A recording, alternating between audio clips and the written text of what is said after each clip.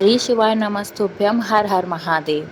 अगर आपकी ज़िंदगी में बहुत सारी समस्याएं चल रही हैं, आप उलझे पड़े हो, उनमें बुरी तरह से निकल नहीं पा रहे हो, कहीं पे भी आपको रास्ता नहीं दिख रहा है, कैसे क्या करना है, बहुत बड़ी बीमारियों में फंसे हुए हैं आप और आपके घर वाले, तो यह वीडियो आपके लिए है। आपके लिए इसमें बहुत सारे उपाय मैं लेके आई हूँ, 3-4 उपाय लेकर आई हूँ। आप लोग पूरा वीडियो देखिएगा। अच्छे अच्छे छोटे छोटे उपाय हैं जिनको करके आप अपनी ज़िंदगी को सुलझा सकते हैं और एक खुशमय ज़िंदगी आप अपनी बना सकते हैं। तो चलिए बात करते हैं पहले उपाय के लिए। उसके लिए आपको क्या क्या सामग्री की ज़रूरत पड़ने वाली है। पहला जो आपका दूरवा का उपाय है वह आपका होने वाला है इच्छा पूर्ति के लिए उपाय।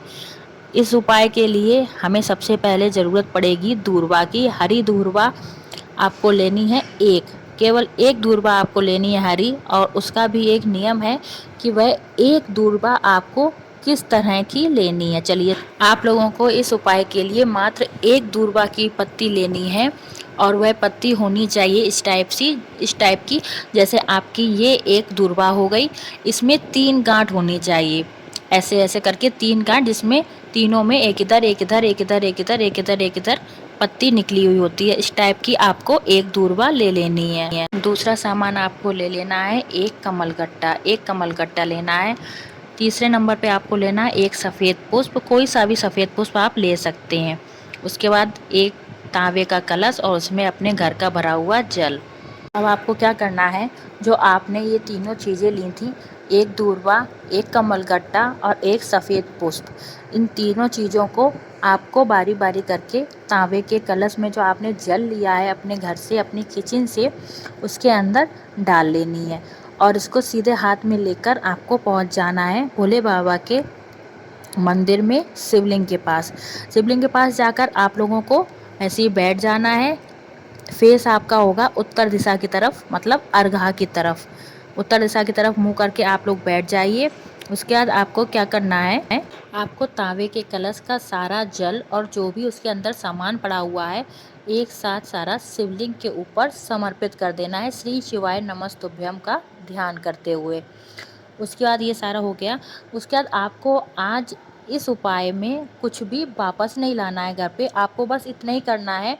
और उसके बाद और हाँ, यह उपाय आपको प्रदोष काल में करना है, सुबह में नहीं करना है।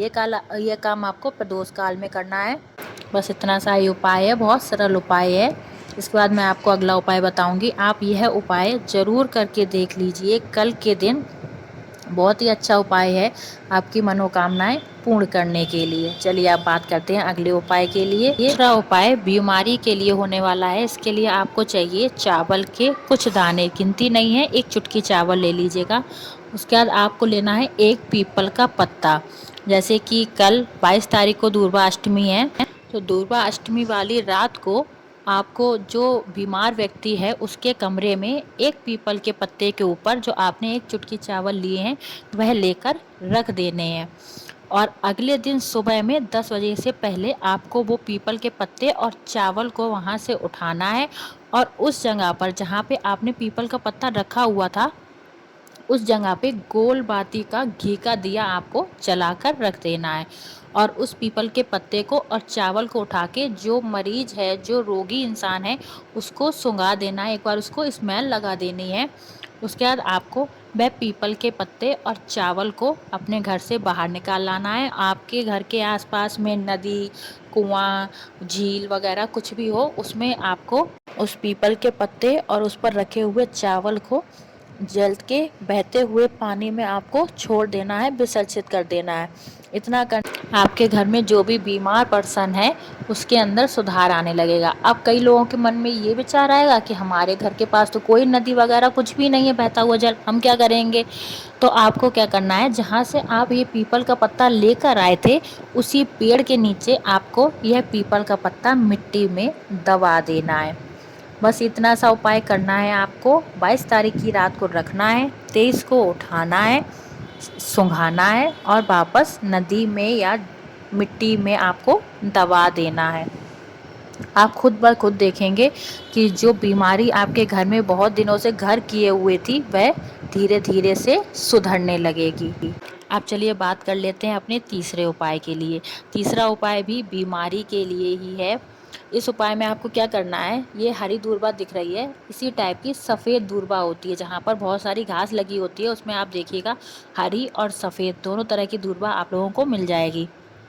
सफ़ेद दूर्वा लेनी है, वो भी 7 सफ़ेद दूर्वा लेके आपके घर में जो भी बीमार इंसान है, बिस्तर पकड़े हुए है, बहुत कष्ट में है, उसके ऊपर से आपको 7 बार घुमा देनी है क्लॉकवाइज, जैसे घड़ी घूमती है उस टाइप से आपको 7 बार घुमानी है ये दूर्वा।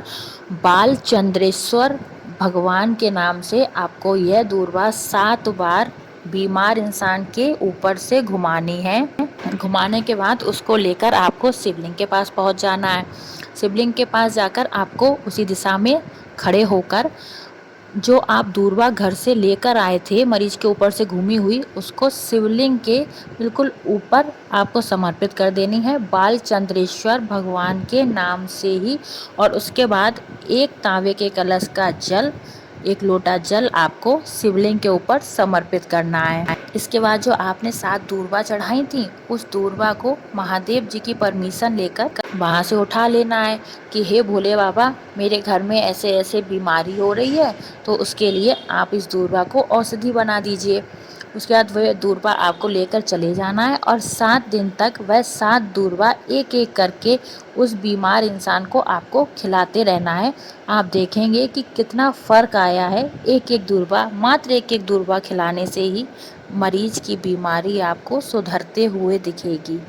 अगला उपाय भी बीमारी के लिए होने वाला है, लेकिन इस बार हम लोग तांबे का बर्तन नहीं लेंगे, हम लोग स्टील का बर्तन लेंगे।